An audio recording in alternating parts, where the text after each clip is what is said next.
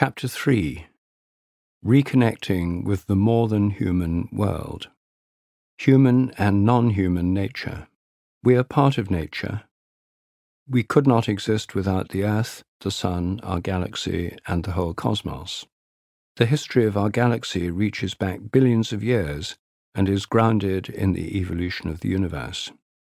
We are also aware of our separation from the rest of nature. There is a distinction between the human world, our social and economic environment, the languages and cultures we inherit, the houses and cities we live in, the computer screens we interact with, the vehicles we travel in, and the rest of nature. Clearly, there is vastly more non-human nature than humanized nature in the universe, including billions of galaxies beyond our own. We are not alone in making a distinction between our own species and the rest of nature. If only for purposes of breeding, members of other animal species have to recognize each other. A peahen has to be able to recognize a peacock, even though he differs in appearance from herself, in order to mate.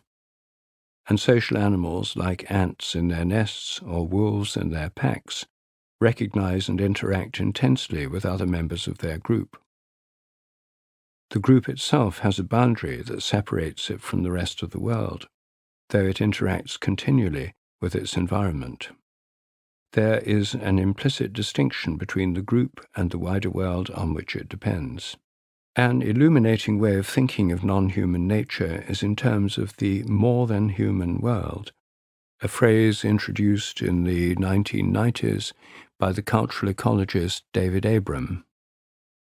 It is only because of the more than human world of the Earth, the solar system, and the entire cosmos that we are here. Unfortunately, many of us have acquired a habit of thinking of the rest of the natural world as somehow less than human. Galaxies, planets, biological species, molecules, atoms, and subatomic particles are all mapped out in our scientific theories. We seem to see nature from the outside, as if we are disembodied minds.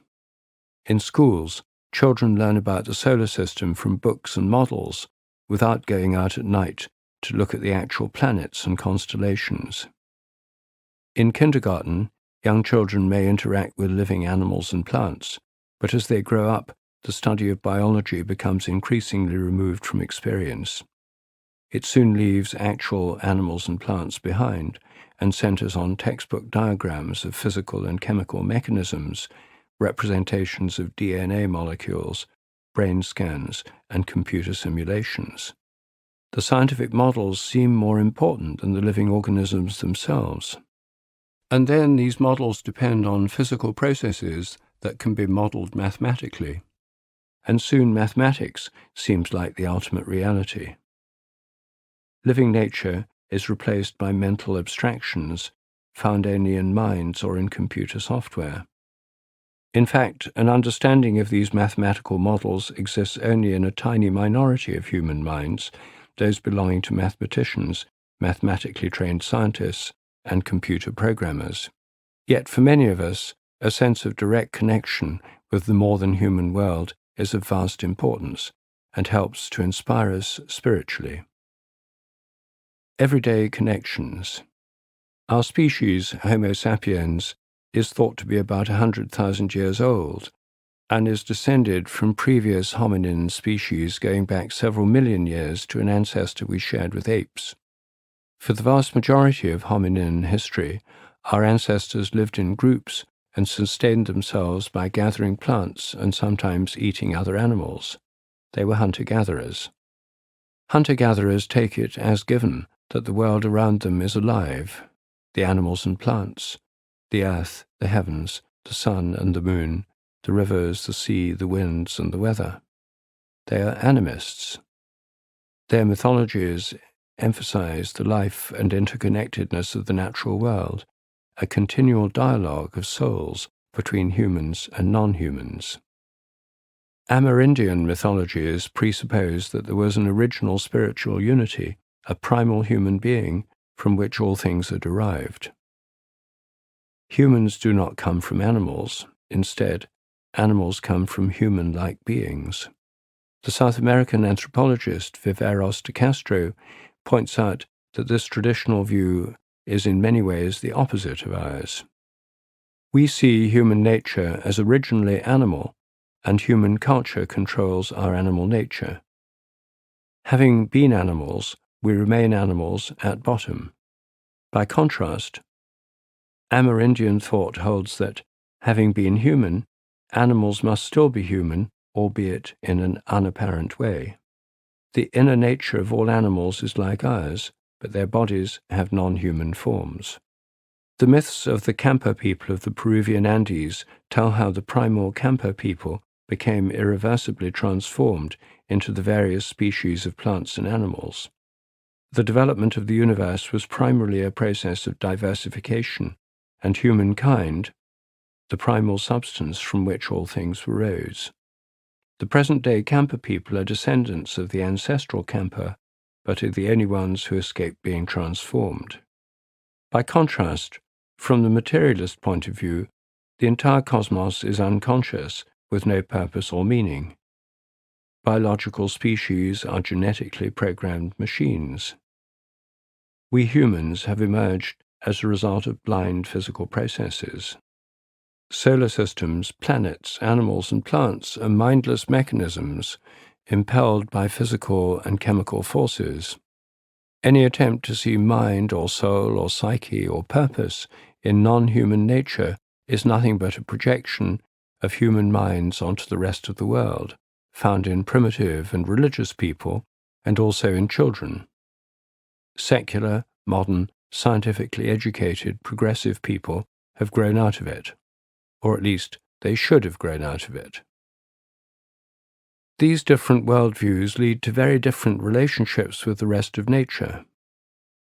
If nature is unconscious and mechanistic, as the materialist philosophy assumes, then our scientific understanding is the supreme conscious reality. Our subjective experiences are byproducts of the activities of brains.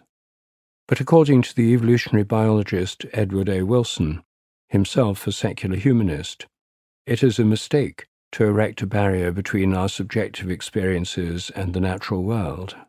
Wilson thinks humans have an instinctive need to connect with animals and plants, based on a long evolutionary history as hunter-gatherers. He calls this instinctive love of nature biophilia, from the Greek bios equals life and philia equals love of. Inherited biophilia underlies the connections that human beings subconsciously seek with the rest of life. Even in modern industrial civilizations, many people experience a conscious connection with non-human nature. Many have felt that they have been in contact with a greater presence or mind or being or spiritual reality or God. For our ancestors, thousands of generations of hunter-gatherers and many generations of farmers, daily connections with animals, plants, landscape, and weather were essential aspects of life. Even though most people now live in cities, keeping pets is a mainstream activity. Pets became widespread only with the onset of large-scale industrialization and urbanization in the 19th century. Pet keeping can even be seen as a kind of lament for a lost closeness to nature. And even though most people no longer need to grow their own food, many urban people have gardens, allotments, window boxes, houseplants, or cut flowers. Among town and city dwellers, millions of people still connect with the non-human world through walking in parks, woods, and the countryside, and many millions spend holidays beside the sea. Many people find great satisfaction in working outdoors, and large numbers volunteer to work on organic farms, in woods, and on conservation projects. Benefits of exposure to more than human nature. The effects of exposure to the natural world have been studied scientifically. According to a recent summary of this research, nature improves mental health. People are less depressed when they have better access to green spaces. The beneficial effect is not just a matter of physical exercise, although that is part of the picture. There is something about natural environments that improves people's well-being. Put simply, being in nature feels good. Studies in Japan of the practice of forest bathing, Shinrin-yoku, have shown that wandering in woods has calming physiological and psychological effects, including a reduction in the levels of the stress hormone cortisol in the blood and an enhancement of activity of the immune system. In summary, forest visits promote both physical and mental health by reducing stress. However, even though there are many available green spaces, a recent survey in the UK indicated that 60% of the population do not spend any time near nature in a given week. This is despite the fact that the official government policy is to strengthen connections between people and nature, and in particular, for every child to be able to experience and learn in the natural environment. As a step towards implementing this policy, the government commissioned a large-scale study in 2013-14 of children's outdoor activities in England. A majority, 88%, visited the natural environment at least once in the previous year. 70% visited at least once a week.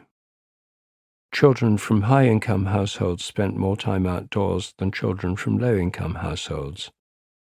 Not surprisingly, the oldest children in the survey, 13 to 15-year-olds, made most visits to parks, playgrounds, or playing fields with no adults present.